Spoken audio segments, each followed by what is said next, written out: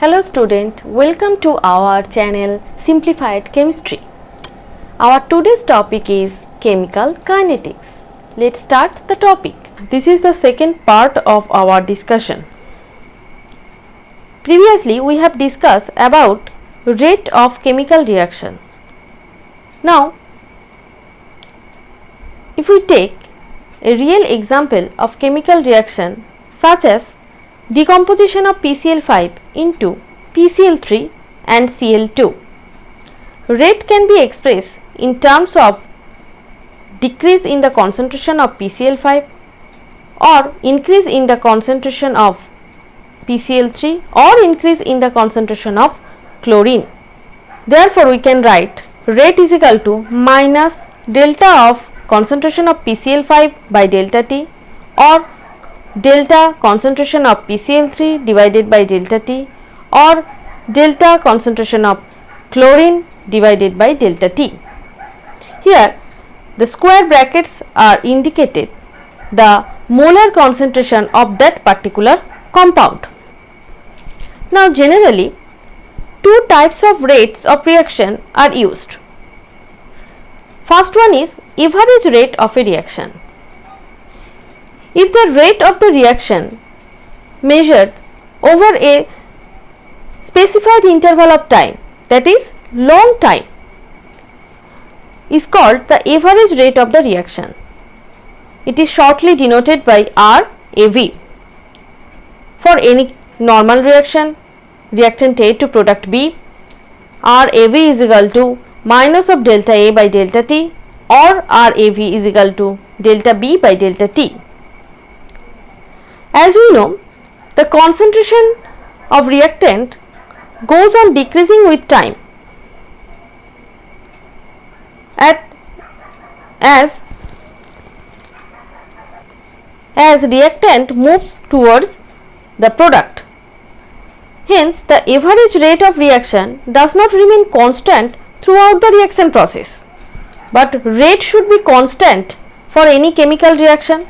Therefore, we can say that average rate is not a true representation of rate of reaction. Instead of taking average rate of a reaction over a particular time interval, it would be more appropriate to express the rate of a reaction at a particular moment, that is instantaneous rate. Second type of rate.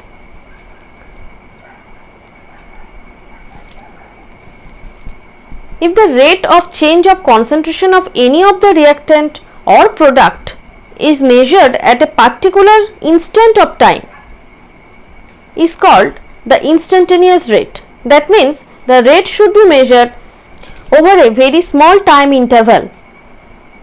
Therefore, delta T should be infinitesimally small.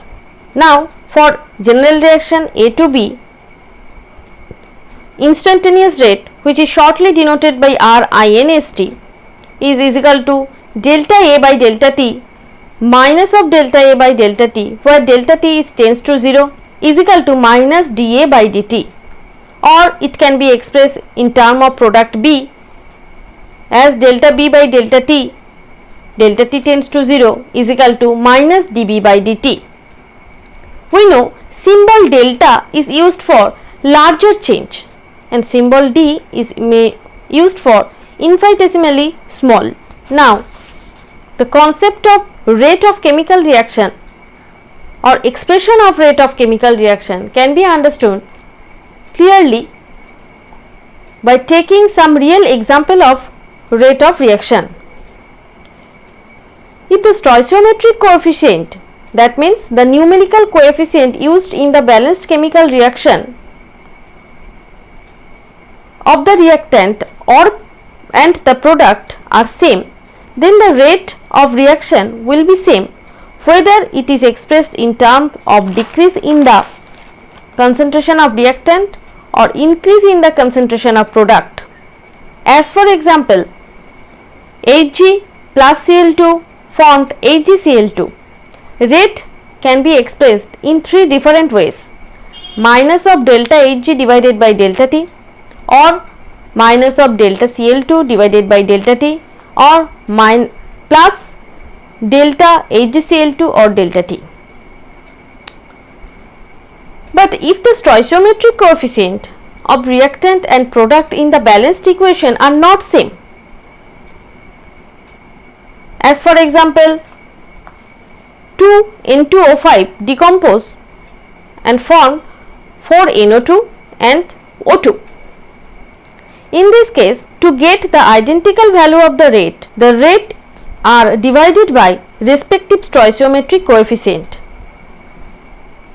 That is, rate for this particular reaction is minus of half of delta N2O5 by delta T, or 1/4 of delta NO2 by delta T, or delta O2 by delta T. Now take another example, 2HI, that is hydrogen iodide decomposed to form hydrogen and iodine. Rate can be expressed in three different ways.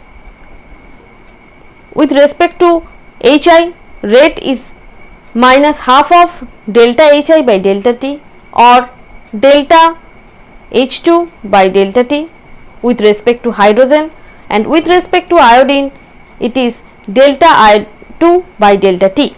Now for a complex reaction like 5Br minus plus BrO3 minus plus 6H plus is equal to 3Br2 plus 3H2O, rate can be expressed in 5 different ways. With respect to bromide ion, the rate should be minus 1/5 of delta Br minus by delta T. With respect to borate, the rate will be minus delta BrO3 minus divided by delta T.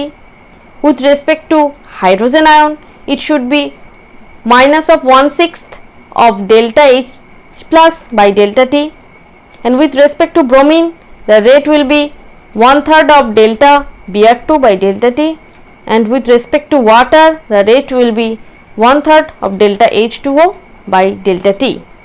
If we clearly understand the previous discussion and follow the example, we can express the rate of any chemical reaction. So far today, the discussion will continue in the next session. The PDF version of today's discussion is given below in the description box. Thank you for watching.